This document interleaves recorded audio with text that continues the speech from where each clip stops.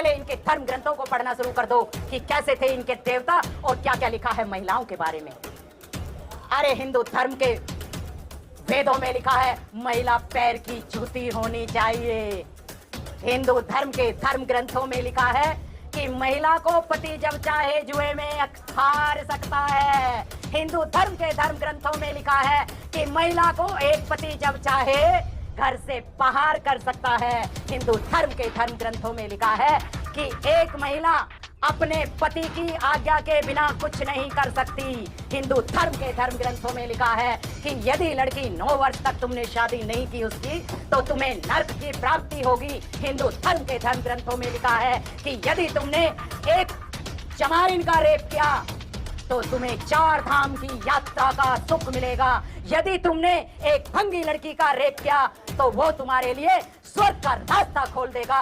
इतने इतने गंदे गंदे अश्लील शब्द इनके तुम्हारी पूर्वज, तुम्हारी दादी, नानी, मामी, फूफी लगने वाली जब अपने बदन को पूरा नंगा करके चलती थी और उन्हें हाथ पकड़ के कोई भी खींच लेता था, उनकी इज्जत को लूट लेता था। सरेआम दिन में न जाने कितनी बार उनकी इज्जत से खिलवाड़ की जाती थी। कैसे हक है तो है।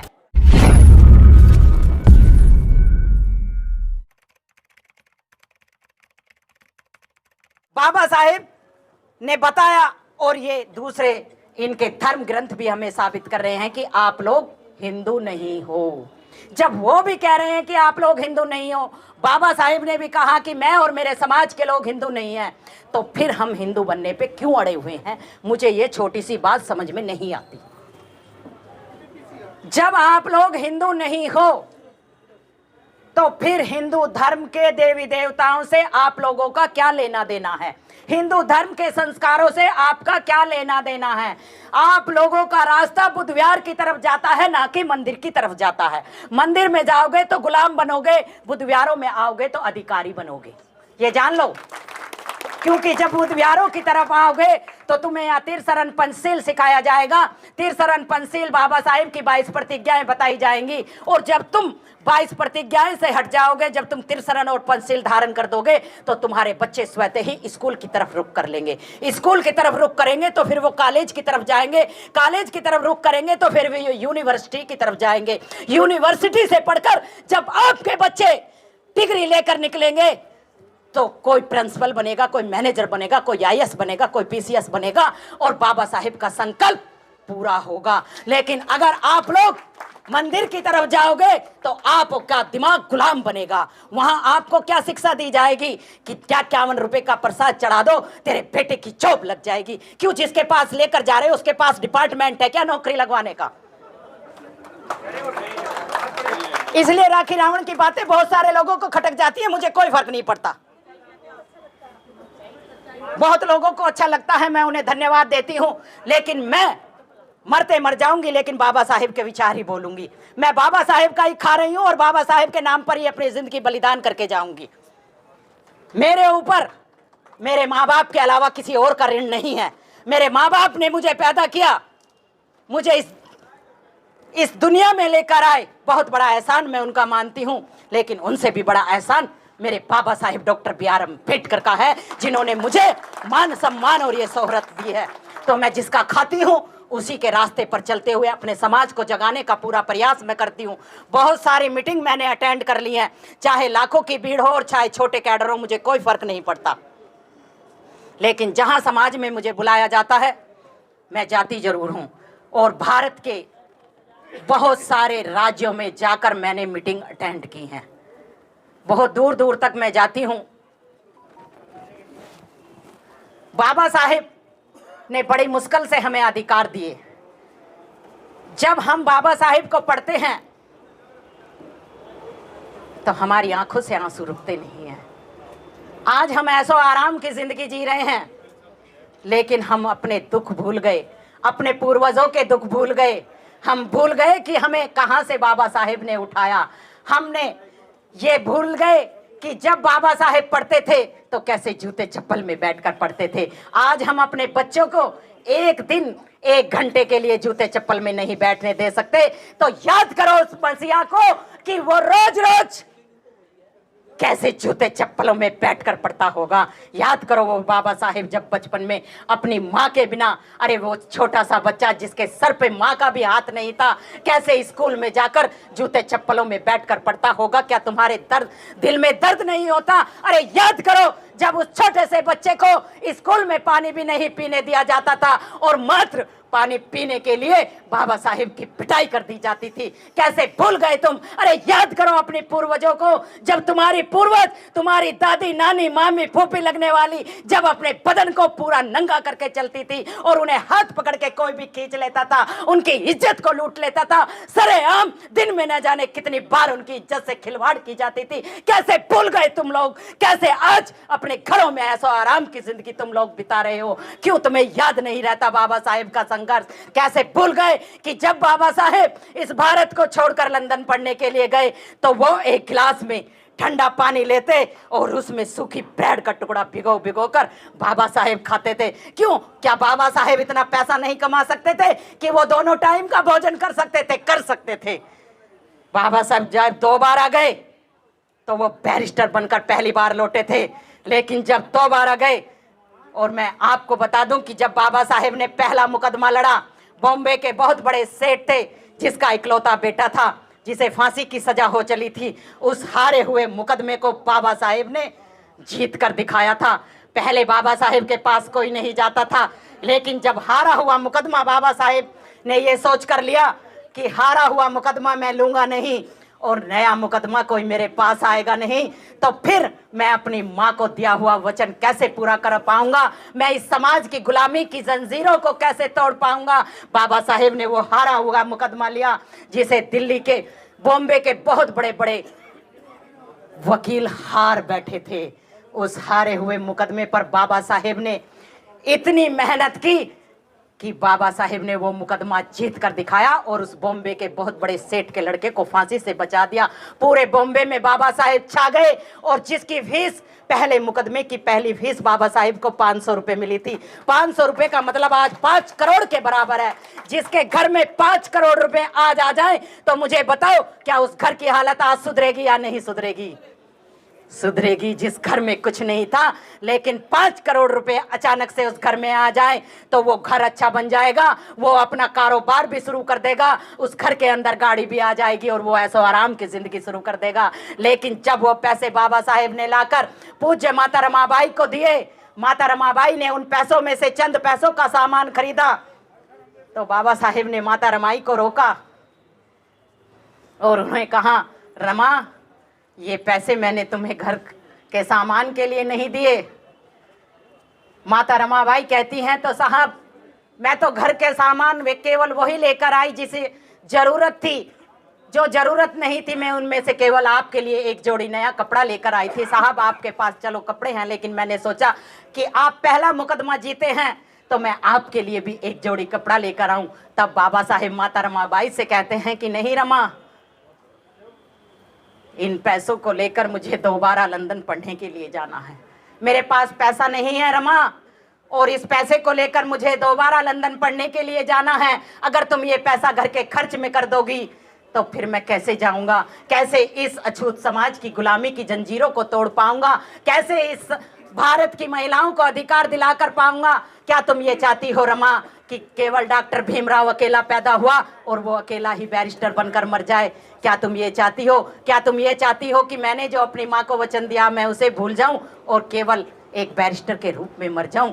माता रमाबाई ने कहा कि नहीं साहब, मुझसे बहुत बड़ी गलती हो गई, मैं ये बिल्कुल नहीं चाहती साहब। मैं तो ये चाहती हूँ कि जैसे बैरिस्टर आप बने हैं ऐसे ही समाज के घरों में बहुत सारे बैरिस्टर बन जाएं और आप अपनी माँ को दिया हुआ वचन पूरा करो। और उस पैसों को लेकर वो बाबा साहेब को देती हैं और बाबा साहेब जाते हैं। उन पैसों को बाबा साहेब बड़ी मुश्किल से संभाल कर रखते हैं क्योंकि उन्हें लड़ाई लड़नी थी।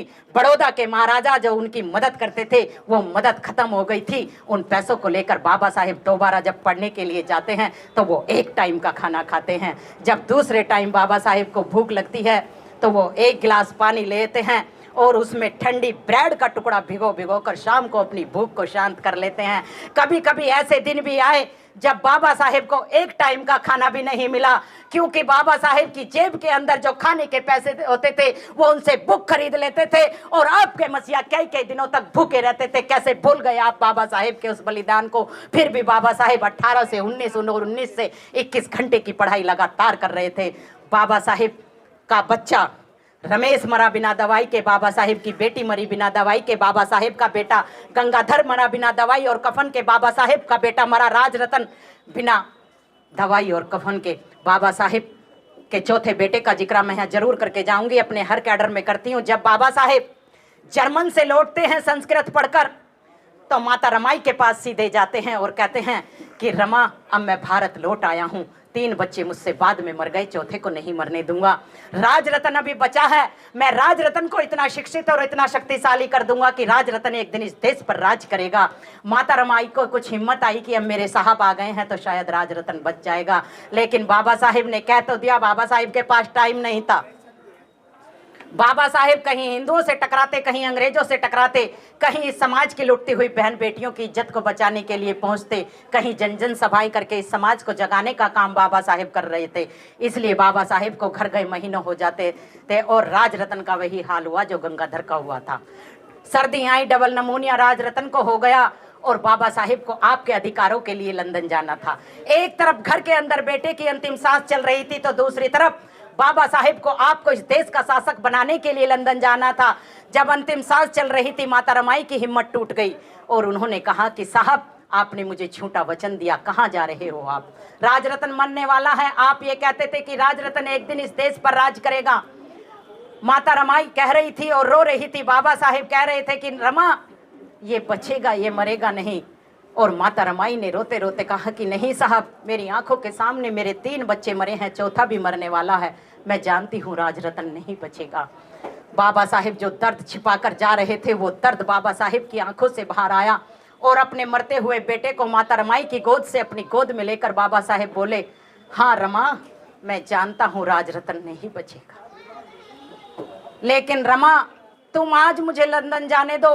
अगर मैं लंदन नहीं गया रमा, तो इस भारत के अंदर जो हमारे ये 7 करोड़ अछूत बच्चे हैं, जो मनुस्मृति के हजारों सालों से शिकार हैं, जो राजरतन से भी ज्यादा बीमार हैं, अगर आज ये डॉक्टर भीमराव अंबेडकर लंदन नहीं गया, तो कोई दूसरा डॉक्टर भीमराव अंबेडकर भारत में पैदा नहीं होगा, और इन्हें ऊपर उठाने के लिए, इनकी आवाज को उठाने के लिए कोई लंदन नहीं जाएगा। रमा, मैं तुम्हें वचन देकर जाता हूं, मुझ पर विश्वास रखो, आज राजरतन को मर जाने दो, लेकिन जब मैं लंदन से अधिकार लेकर भारत में वापस लौटूंगा। कितना घमंड था बाबा साहेब को आपके ऊपर, और उन्होंने तड़के से कह दिया कि रमा, जब मैं अधिकार लेकर इस भारत में वापस लौटूंगा, तो इन्हीं 7 करोड़ अछूतों के घर में रमा हमारे बच्चे होंगे, और वो इस देश के शासक जरूर बनेंगे, क्योंकि ये डॉक्टर भीमराव अंबेडकर लंदन में इन्हें अधिकार दिलाएगा। और बाबा साहेब अपना बैग उठाते हैं और लंदन के लिए चले जाते हैं। लंदन में 3 गोलमेज सम्मेलन होते हैं, 1930, 1931 और 1932।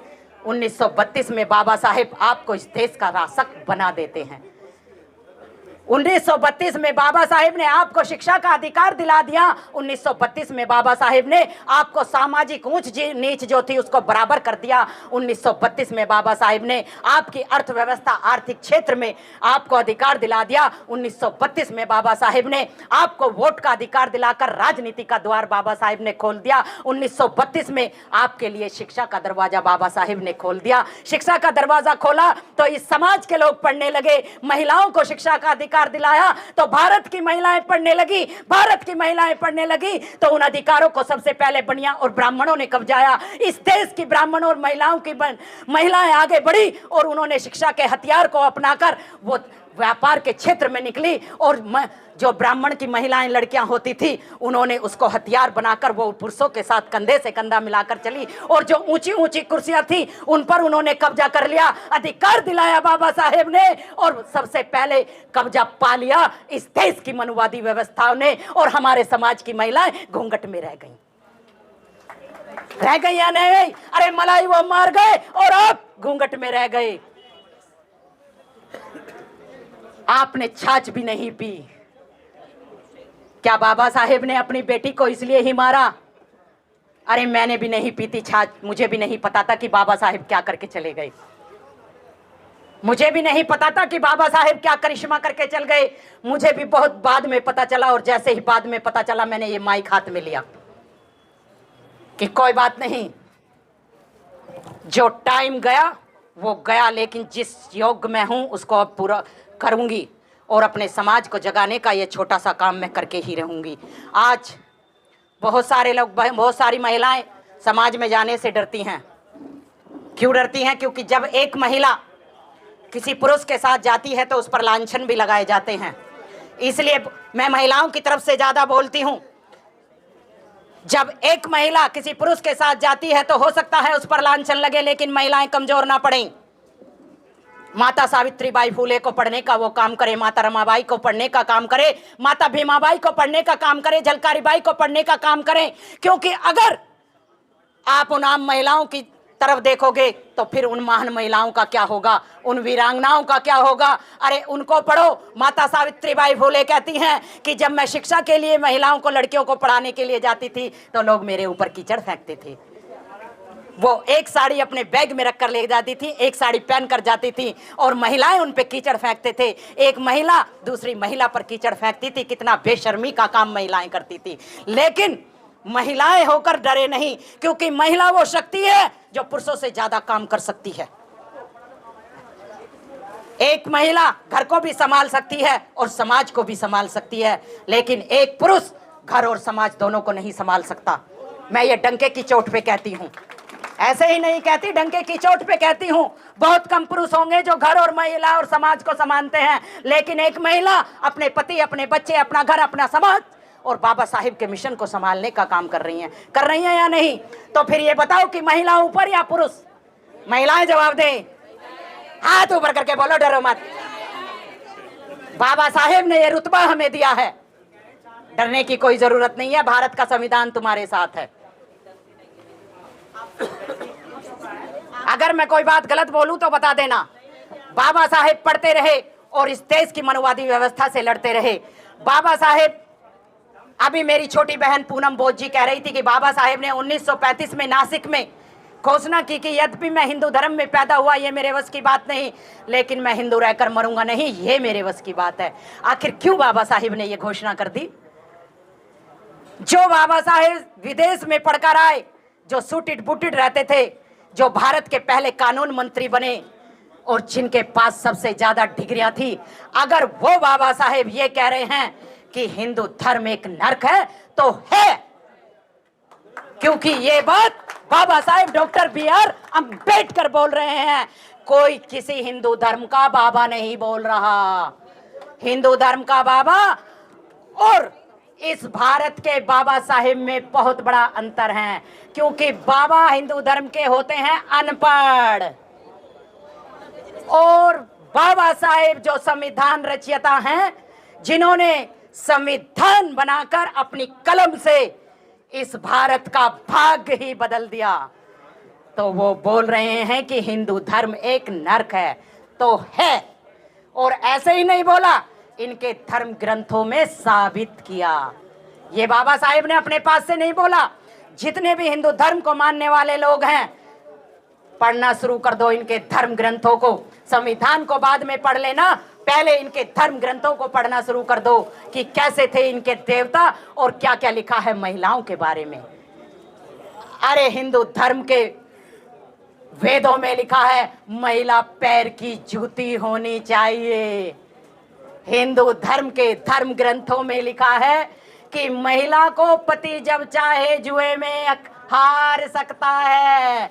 हिंदू धर्म के धर्म ग्रंथों में लिखा है कि महिला को एक पति जब चाहे घर से बाहर कर सकता है। हिंदू धर्म के धर्म ग्रंथों में लिखा है कि एक महिला अपने पति की आज्ञा के बिना कुछ नहीं कर सकती। हिंदू धर्म के धर्म ग्रंथों में लिखा है कि यदि लड़की 9 वर्ष तक तुमने शादी नहीं की उसकी, तो तुम्हें नरक की प्राप्ति होगी। हिंदू धर्म के धर्म ग्रंथों में लिखा है कि यदि तुमने एक चमारिन का रेप किया तो तुम्हें 4 धाम की यात्रा का सुख मिलेगा। यदि तुमने एक भंगी लड़की का रेप किया तो वो तुम्हारे लिए स्वर्ग का रास्ता खोल देगा।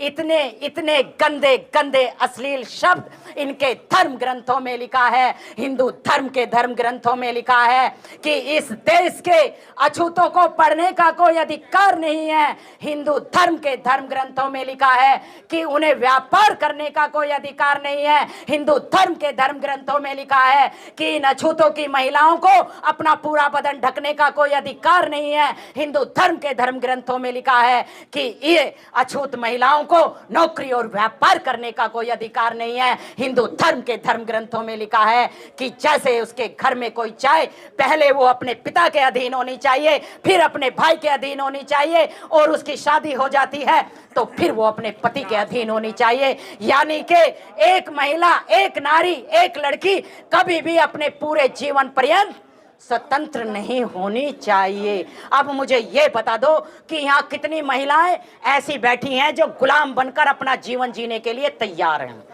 तैयार हो? नहीं हो?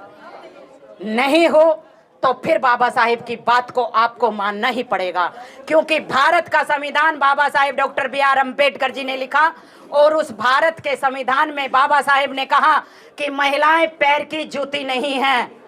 महिलाएं पुरुषों से भी आगे बढ़कर काम कर सकती हैं, बशर्ते उन्हें मौका मिलना चाहिए। और ये डॉक्टर भीमराव अंबेडकर भारत की महिलाओं को मौका देता है, और बाबा साहेब ने मौका दिया तो यहाँ भारत की महिलाएं कोई डॉक्टर बनी, कोई इंजीनियर बनी, कोई आईएएस बनी, कोई पीसीएस बनी, और कोई चांद पर पहुंच गई। पहुंची या नहीं पहुंची? कोई इस भारत की है? जब पहली बार भारत की पीएम श्रीमती इंदिरा गांधी जी बनी, जब उन्होंने लाल किले से झंडा फहराया तो वो बाबा साहेब के चरणों में गई, और उन्होंने कहा कि अगर भारत में बाबा साहेब डॉक्टर भीमराव अंबेडकर पैदा ना होते तो ये इंदिरा गांधी इस देश की पीएम ना बनी होती। तो बाबा साहेब के चरणों में भारत की पहली प्रधानमंत्री ने भी सर झुकाया।